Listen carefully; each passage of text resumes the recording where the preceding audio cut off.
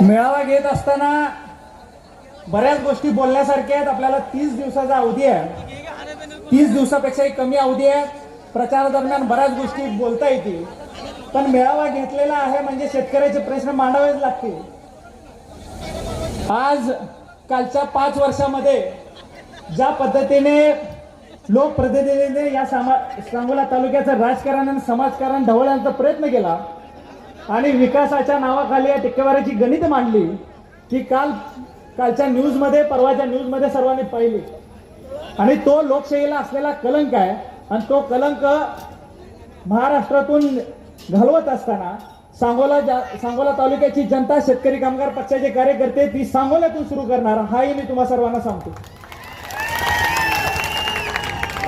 शेतकऱ्यांची दशा काय झालेली आहे, या सरकारचं काम असतं की शेतकऱ्यांना एक दिशा देऊन त्याच्या पाठीमागं खंबीरपणे उभं राहायचं.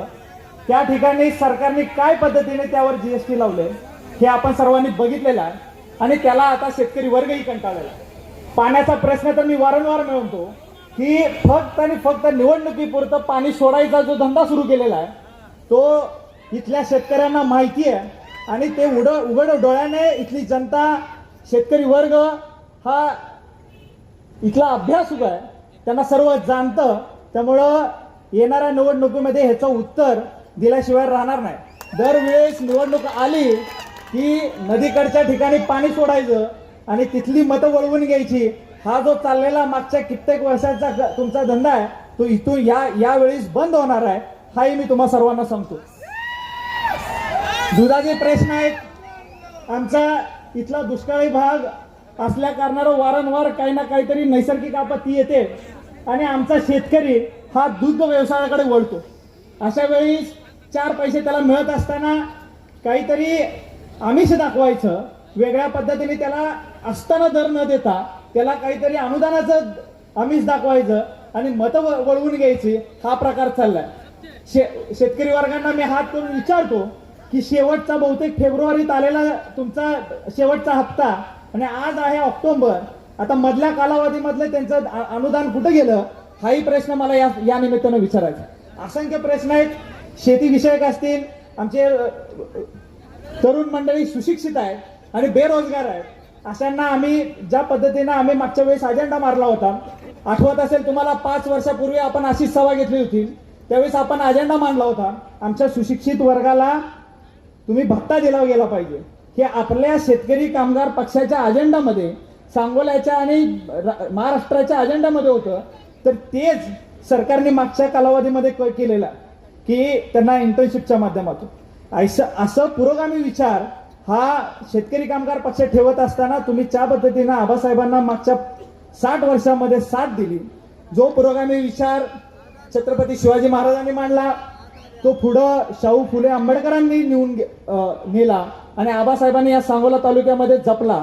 समानतेची वागणूक, गोर गरीब सगळ्यांना एकत्र घेऊन जायची वागणूक, या सर्वांना एकत्र घेऊन जाताना शेतकरी कामगार पक्षानं पुरोगामी विचार हा टिकवलेला आहे.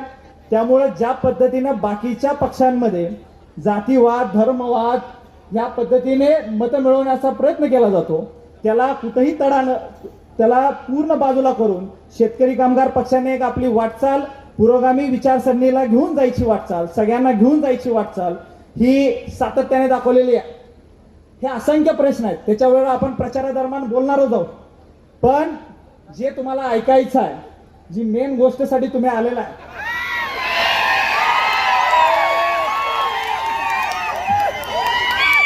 त्या मुद्द्यावर मी येतो. गेले कित्येक दिवस आमच्या दोघांमध्ये मतभेद आहे.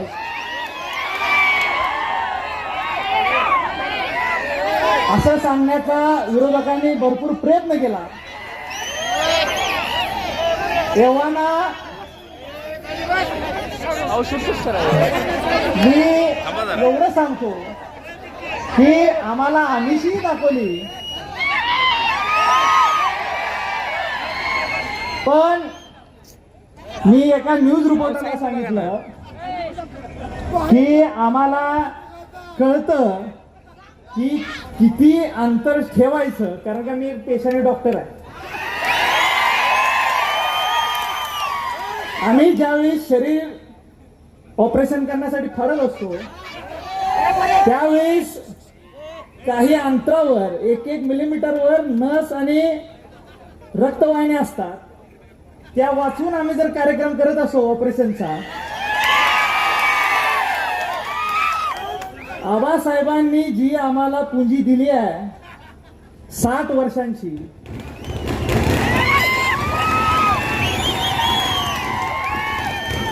ती आम्ही अशी सहजगत्या ही मुळी सोडल का? ही असंख्य जनता, त्या जनतेचं प्रेम मी त्यांना वारंवार सांगतोय. मागच्या वेळेस पण मार्केट यार्डात आपला मेळावा झाला होता 5 वर्षापूर्वी. त्यावेळेस मी सांगितलं होतं ही ठिगळं लावलेली चादर आहे, ती त्या दिवसापासून, मेळावा घ्यायच्या दिवसापासूनच सुटायला सुरुवात झाली होती. आज तुम्ही काही घ्या, आम्ही कुणावर टीका नाही करणार. आम्ही ठरवलंच होतो दोघांनी, आम्ही कुणावर टीका करणार नाही. तुम्ही तिकीट द्या अथवा न द्या, आम्ही एक गट्टा इथं लढणार आहोत, ही भूमिका आम्ही स्पष्ट केली. मी खूप मोठा नाहीये, जयंतभाई त्याबद्दल वक्तव्य करतील वरती काय चाललंय. एकदा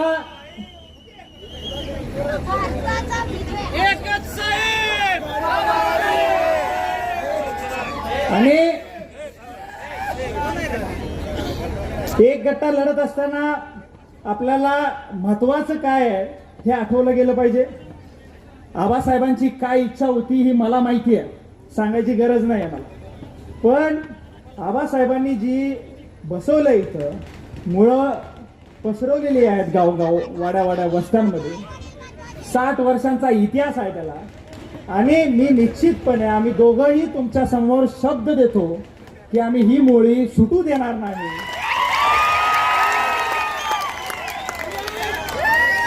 जयंतभाई निर्णय देतील तो आम्ही दोघंही पक्ष म्हणून मान्य करू आणि ताकदीनं येणारी निवडणूक आपण लढूया.